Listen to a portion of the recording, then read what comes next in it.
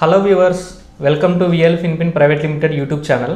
So ఇంతవరకు మనం చాలా వీడియోస్ చూసాం లోన్స్ రిలేటెడ్గా.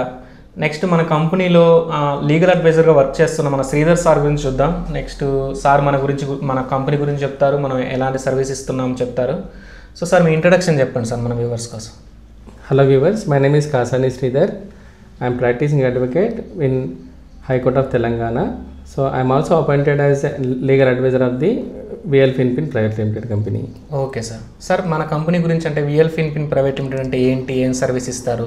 So this is legally incorporated company before the MCA and MCA ante Ministry of Corporate Affairs, which is Ministry of Government of India. Okay sir. And this company is been registered for a mediation of the loans అనేది loans చేస్తారు. అవునండి. So అంటే ఏం loans చేస్తారు sir మన company నుంచి? వీళ్ళు అన్ని చేస్తారండి. Housing loans, loan against property అంటే mortgage loans, personal loans and business loans, whatever the loan requirement of the common man also companies.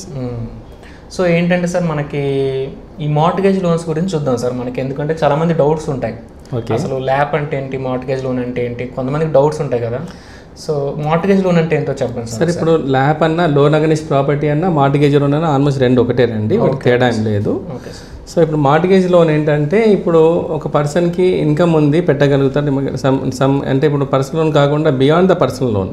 అంటే పర్సనల్ లోన్ ఏంటంటే అతని ఇన్కమ్ని బట్టి ఒక కెపాసిటీ దగ్గర ఆగిపోతారు అన్నమాట. అది లోన్ అగైన్స్ ప్రాపర్టీ అంటే ఆ పర్సన్కి ఏదైనా వ్యాపారం ఉండి డబ్బులు అవసరం ఉంటే కనుక అతనికి ఏదైనా ప్రాపర్టీ ఉంటే దాన్ని బ్యాంక్లో మార్టిగేజ్ చేసి లోన్ తీసుకుంటారు. దాన్ని that is called mortgage property or loan against property. Okay sir. What ever it may be. ఇంకోటి ఏంటంటే సార్ మనకి కొంతమంది కాల్ చేస్తారు మనకి మార్టిగేజ్ లోన్ కావాలని చెప్పి. వాళ్ళకి ఇన్కమ్ సోర్స్ ఏమి ఉండదు, ప్రాపర్టీస్ మాత్రం ఒక 2 CR 3 CR ప్రాపర్టీ ఉంటుంది.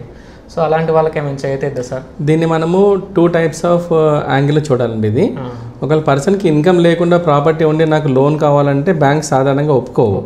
ఎందుకు ఒప్పుకోవు అంటే వాడి ప్రాపర్టీ లాక్కోవడం అనేది బ్యాంక్ వ్యాపారం కాదు. బ్యాంక్ వ్యాపారం ఏంటంటే డబ్బులు రొటేషన్ చేయడం మాత్రమే. సో అలాంటి పరిస్థితిలో ఉన్నప్పుడు ఏంటంటే అతనికి ఈఎంఐ కట్టగలిగే కెపాసిటీ లేదా లోన్ రీపేమెంట్ కెపాసిటీ ఉన్నప్పుడు దానికి అడిషనల్గా ఈ లోన్ అగైన్స్ ప్రాపర్టీ తీసుకుంటారు బ్యాంక్ వాళ్ళు. ఒకవేళ అతని ఆదాయం ప్రస్తుతం ఇప్పుడు బాగుంది, లేదా భవిష్యత్తులో ఏదైనా ప్రాబ్లం వచ్చి మన కోవిడ్ లాంటి సమస్యలు కానీ, లేదా జాబ్ పోవడం కానీ, లేదా బిజినెస్లో లాస్ వచ్చినప్పుడు కానీ, సో ఈ బ్యాంక్ ఏంటంటే వాళ్ళ డబ్బులు కావు కదండి, పబ్లిక్ డబ్బులు వాడికి అతనికి ఇస్తారు. అంతే సార్. సో అతను కట్టలేని పరిస్థితిలో ఉన్నప్పుడు ఆ టైంలో మాత్రమే వాళ్ళు ప్రాపర్టీ వైపు వెళ్తారు తప్ప అదర్వైజ్ ప్రాపర్టీ పైన బ్యాంక్ ఎటువంటి ఇంట్రెస్ట్ ఉండదు.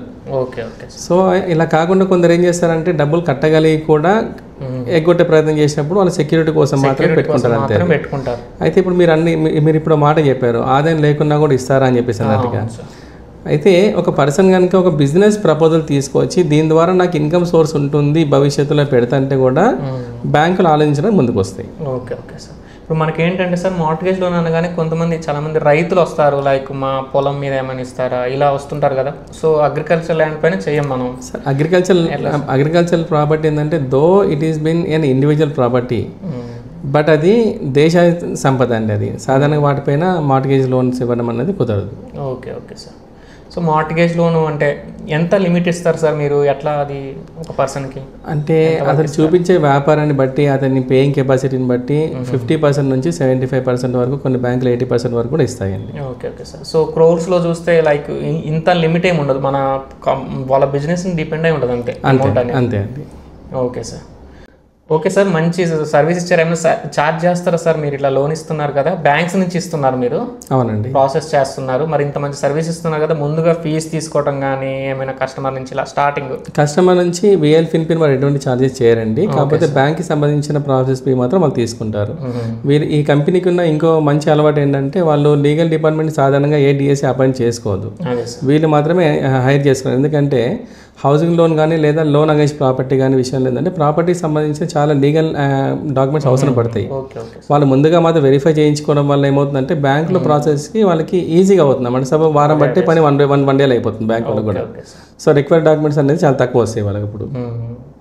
Okay sir.